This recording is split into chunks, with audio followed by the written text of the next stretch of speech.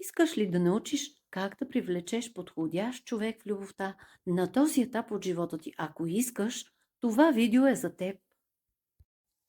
Тази подредба е от общ характер и нека всеки, според това дали е мъж или жена, да си го интерпретира за себе си.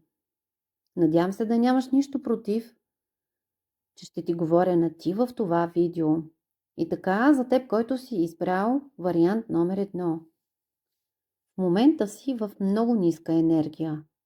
Вглеждаш се в миналото и излъчването ти е на човек, който е в зоната на бягството.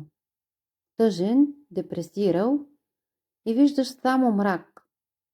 Мислите ти се въртят около това, че не си способен да имаш хармонична връзка, че няма какво да дадеш. Помисли дали това е така. Дали не си ограничил контактите, дали не си прекалено студен, резервиран и недостъпен. Липсва ти гъвкавост, винаги искаш да стават нещата по твоя начин. Проявяваш сдържаност, показваш се като емоционално затворен. За жените влизат в мъжка енергия, потискат женското в себе си, като демонстрират на мъжкия пол, че са способни да се справят с всичко сами. Така трудно се създават хармонични любовни връзки. Мъжете не са привлечени от такъв тип жени. За някой от вас е необходимо лечение, да си дадете време, защото сте преживяли раздяла с любим човек. Съветът на картите е: спри да тъгуваш по изгубеното. То вече не работи за теб. Дай си нов шанс. Повярвай в новите възможности, които ще се появят, ако вдигнеш глава от твоите преживявания. Необходимо е да излезеш от тъжното и депресивно състояние, като си дадеш свобода и позволиш на промяната да те пречисти. Да контролираш емоциите си сега, да спреш негативните настройки, да премахнеш страха, недоволството и тъгата. Когато постигнеш хармония в себе си, тогава можеш да очакваш да се промени и външния свят към теб.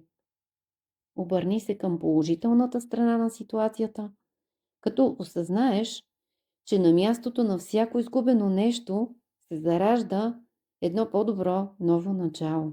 Това е за теб, който избра вариант номер 1. До скоро! За теб, който си направил избор номер 2.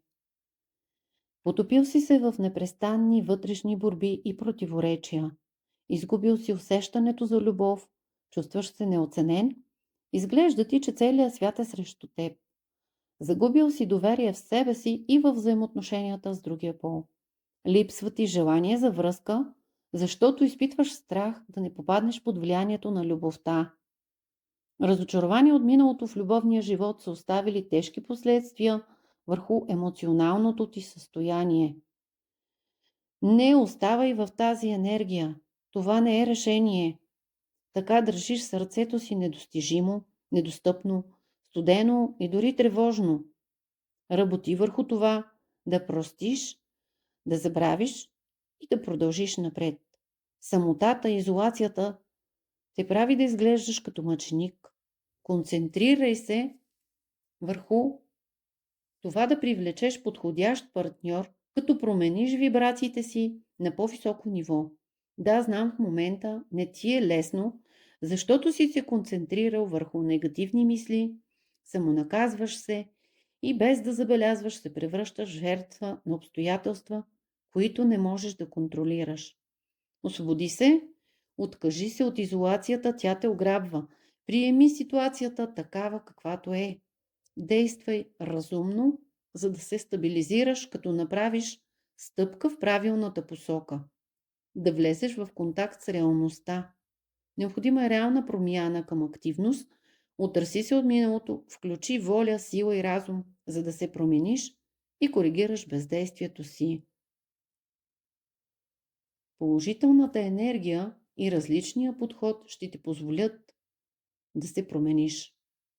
Излъчвайки хормони на щастие и радост, ще привлечеш подобното.